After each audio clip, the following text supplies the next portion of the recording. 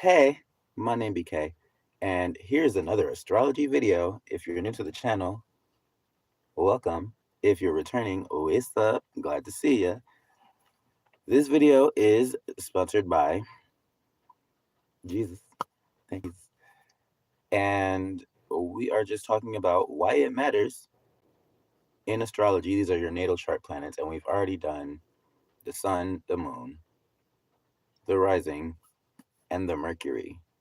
So this would be like the last of the personal planets. And not sure if I'm going to go into the generational planets or the transitional planets. I would like to call the two, Jupiter and Saturn, because they're in between the personal and the generational planets. But today is just why it matters, your Mars placement in astrology. So let's get started. So if you don't know, Mars is a planet that we all have in our natal chart. It's one of the personal planets, and it can be in any of the 12 signs or any of the 12 houses. Mars is important to us individually because it represents our drive, our action, our ambitionness, and the way that we go about expressing our more dominant energies, our more aggressive energies, the energy of anger, the energy of passion, things of that nature. Mars is generally and traditionally the ruler of the sign Aries, and so it's definitely like a more masculine energy. If you don't know what your natal chart placement is, I would strongly suggest you. It's really easy to search. There are a lot of websites that are safe and reputable that you can go on. I use astro.com. You can also use AstroDienst or just Google search it. But in order to find your natal chart placements, you need to know the, of course, day of your birth, um, more specifically the time and the city that you were born in. And it gives you all of your placements that you were born with in your natal chart. So, like for me, for instance, I have Mars in Capricorn, which is no surprise. I have a Capricorn stellium. Most of my planets are actually in Capricorn. So I'm all the way like Capricorn. But Mars definitely, and it can be different from your sun sign. A lot of times it is, unless you were born in one of those special periods in time where, like me, you have a stellium of almost all of your personal planets being the same sign. Hey, EB. And hey, welcome to the Capricorns, Cappy Goats, Cappy Goats, the goat. But Mars, I keep saying but Mars. So let's just get into it. We've talked about the sun, the moon, the Mercury, and the rising. Those are all the more personal planets that make you, who you are, how you look, and act the way that you do. The other two planets, and I almost forgot about Venus, so we're definitely going to do a Venus placement um video, why it matters, Venus in astrology. It's going to be interesting. Mars, though, I want to use this analogy. I thought about this earlier. It kind of came to me as a download. But if your sun sign is your physical, is the car, we're thinking in terms of you are a vehicle of spirit. But if the sun is the actual car, right? The moon is the interior, the rising is the exterior, and the Mercury is like your GPS navigation, how you get from point A to point B. Mars would be the fuel that drives the car, the fuel that you use to energize that physicality, that oomph. It's a drive, it's a vitality. um Mars is a fire planet, just like the sun, which represents Leo, and Jupiter, which represents both Sagittarius and Pisces. Mars is a fire planet, so it's very dynamic. It's all about energy, the ups and downs, and it flavors, like it is the flavor kind of that fuel. that drives you. So again, like for me, for instance, I'm a sun in Capricorn, moon Scorpio, Pisces rising, Mercury in Capricorn, right? Also Venus in Capricorn, but we'll get there. But that just simply means that like my vehicle is made up of Saturnian stuff. It's the planet. It is represented by those elements of the planet Saturn, which are time, obstacles, restrictions, reservations, things of that nature. So, as a Capricorn, I don't always come off as like as bright and cheery and energetic and dynamic as say a Leo or even a Sagittarius, which is the sign right before mine. But with my Mars being in Capricorn, the energy that I give off, the energy that drives me, and the things that get me up and wanting to be active are all Capricorn related. So that would be like my energy is slow to anger, right? Is very methodical, is very they say Capricorn is like the father of the zodiac. So it's like that Mars energy is like when I'm upset or when I'm amped up, it's like I'm not upset, but I'm more so like disappointed, right? But for any other signs, and then again, the sun and the Mars sign can be completely different. So me having a sun and Mars, both Capricorn, that's just like the energy that drives me is what makes up who I am, kind of in a way. And so if my energy and my drive, my ambition being in Capricorn is not there, like that severely affects other aspects of myself and being because it's the same energy, it's that same vibe, that same flavor. Um, what else? So it's the energy that drives you. It's what makes you ambitious, aggressive, passionate, and those things that you really go for. Also, though, and this more so pertains to like feminine energy. I don't want to say women or females because femininity and energy is just that. Gender is non-specific when it comes to like tarot, astrology, and spirituality, things of that nature. But for the more feminine energies, you can look to the Mars sign in your natal chart to give you more insight on things pertaining to like love and sex. Um, Love would more so kind of be Venus territory, but in the sense of Mars drives your physicality, it can definitely be an indicator of like your sex drive, your sex life, and those things that, amp you up and turn you on. So with feminine energies, and I will just say women in this instance, looking at the Mars sign can tell you a lot about what you're looking for in a potential lover. Being that it's a masculine energy. That along with like looking at the sun, possibly Jupiter, can give you a lot of insight on what makes you feel the best and feel the most driven, feel the most, you know, energetic when it comes to those things, especially if you have Mars in like your fifth house, eighth house, um, ninth house, even your first house, really. But with Mars having the ability to be in any sign, it really gives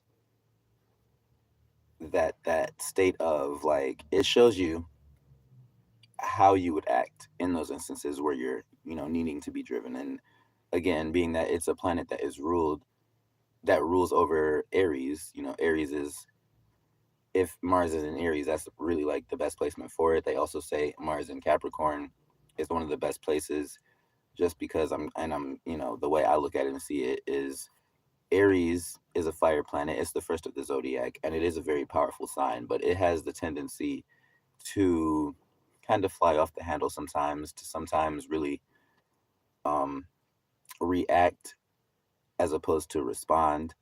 And it can do things without thinking, thinking the action through or thinking the consequences through, because everything has a consequence. With Capricorn, where they say it's exalted, it's basically that same energy, but Capricorn is the 10th sign, where Aries is the first. So it's like Capricorn is the second echelon of, that second tier of like that Aries energy. So it's very driven, it's very dynamic also, but in the sense of it takes a little bit longer for really. That's cool. I have all the prayer and empathy for you in that placement, because she can be a rocket. But with Capricorn, Mars being that the exaltation sign, or the best place for the expression of that energy, there is more of a sense of thinking the consequences through, of thinking more so ahead before acting. The actions mean a little bit more because you have taken the time to really like be diligent and put all the blocks of the puzzle, of the staircase, together correctly before you decide you're going to go up that staircase. Um, what else? This is not going to be a very, very long video, but with Mars, there's a lot of things to talk about. I will say, Mars was, in traditional astrology, in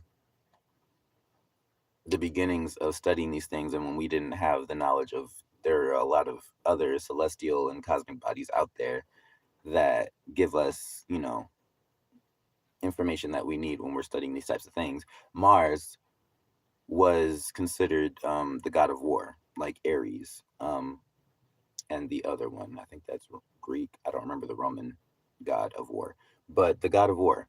So it was like, this is the warrior. This is who goes to do battle. This is like the front lines of, defense and offense.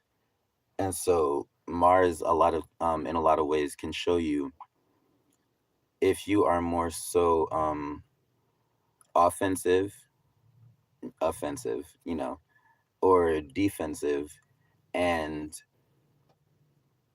where your strength lies in terms of like how good you are at managing your anger, um, how balanced you are in terms of emotions. Like, are you all the way up here, or are you all the way down here? Are you trying to find balance? And looking at, your sun sign combined with your Mars can give you a lot of insight on what you can do and the ways you can drive yourself to have more success. Like, say, um like me, sun in Capricorn, say I had Mars in Cancer. That would mean that the energy that drives me is in a lot of ways opposite of, how I act and the things that I'm, aspiring to be in this life and on this journey before I transition to the next physical body that I have, right? So with the Mars in Cancer, which is also the transit that we have going on right now, the energies that can drive me, fuel me, amp me up, would have more so to do with endeavors in the home, having security and stability, making sure that my home is protected, and wanting to do things in a way that, you know, more so give me comfort in having a strong home, having, good relationships, that are close to my heart, and having the best, relationship dynamics with, my mother, my parents, my siblings, those like in the immediate vicinity around me. Um, and then I'd like to add, because we are going through this transit of Mars in Cancer, this is a time for everybody, mostly that, especially those with Mars and Cancer in their as their natal placement. This is more so a time where emotions can really drive your actions. The things going on inside of your home can really give you more direction and drive when you're out in the world. and also in a way can give you more so a sense of comfort and stability of like, no matter what happens or what I do, I have a home to go back to, which, of course, is not the case for everybody. And my heart goes out to those who do not have a home to go to. But it is very much a sense of the emotions just beneath the surface, and that's like Cancer territory, can really make or break like your attitude. And we kind of talked about like the moon is kind of like your attitude, your reactionary, response to things. Those things, especially like, so your moon placement and your home, I would say, really, and then the house of Cancer, wherever you have that in your natal chart, really are driving how you feel, not just about yourself, but how you feel about things in general that come to you that you feel the need to respond to. So are you going to be more like reactionary, or closed off, which are like the shadow aspects of Cancer, or are you going to, be more responsive, communicative? Are you going to feel more so the necessity to have a clear understanding and have your feelings really be expressed in a way that's understood by those around you, where you feel like you don't have to be defensive and you're okay with where you are and how you feel, and being able to move accordingly and do what needs to be done with that sense of, okay, my house is stable, my feelings are stable, so I'm stable, so I can do whatever it is that I need to do. um Anything else? These astrology videos, I try not to make them too long because, not everybody knows a lot about astrology, and I want to make sure that I am, relaying the information that I have in the simplest way, so that you, as the person watching and receiving this information, can use this with the most benefit. And again, there's so much to talk about when it comes to the planets. I have been studying this for, I'd say, over a decade now, a little bit over, but just about 10 years. So the way that I understand things, kind of like everything kind of goes together, and that's something you'll learn more so as you delve deeper into astrology. But like everything goes together, but at the same time, looking at a specific point, like a transit, a natal chart placement, or a point of what they call synastry, when you're looking at two people and that one point that you have in common between those two people when it comes to the natal chart. Looking at those things individually can give you a lot more of the pieces of the bigger picture that you might be looking for. So Mars in astrology, your power, your drive, your ambition, your aggression, your defensiveness, and ability to um, be off, have that offense, that balance between offense and defense, the challenge of being a warrior to the world, but also being strong within yourself, right? And in combination, again, it's one of your personal planets. So in combination with your sun, moon, rising, Mercury, and Venus, it really kind of is the point of how you respond to other people when they trigger you. And triggers is triggers are like more so Scorpio territory, Pluto territory, but it overlaps because Mars is the traditional ruler of Scorpio, right? So those triggers that you feel internally, that's partly Mars. And then the way that you trigger other people, that's partly Mars. It's also Pluto. We might talk about that. That's a generational planet. But for now, I think that's it. Um, I'm outside and it's raining, so it's a little chilly. But also, I'm thinking, I actually brought my cards out and whatnot. So I have my cards. Yes, E. I'm so proud of you. It's a journey for everybody, but the more you know, the better you grow, right? But I do have my cards. So I might be right back with a general collective, something like that. And I actually got this like urge, I felt compelled a little bit to do some type of twin flame or love type reading. And then my schedule is always open to do personals. I am also available for natal chart readings. Email me for that because we'll have to do a little bit of research. And other than that, you know, I love you. You're wonderful. Couldn't do it without you. And I am off to see if I have to do any other adventures before I come back. And I will see y'all very, very shortly. Thank you again. Subscribe if you haven't already. Hit that like button if you tapped in with me. Comment down below, you know, so we can start a discussion, you know, about the planet Mars. And I'm definitely here to answer any questions you might have when it comes to your Mars placement, what's going on with the transits, or information, you know, about coinciding and really balancing those two energies of the Mars and the Sun. And then what else? I'll definitely be back to do a Why It Matters Venus placement and astrology, because Venus, and especially now that we're in Taurus season, is definitely activated in a lot of ways, even though right now we have Venus in Gemini. So let's talk about it. I'll see you guys in just a minute. I say namaste and I love ya. Stay cool. Oh, and thank you, Frank James. Stay cool and attractive. Check him out. Wait. I always get this part. This is hard. Here we go. To turn off the video. There we go. Wait. There we go.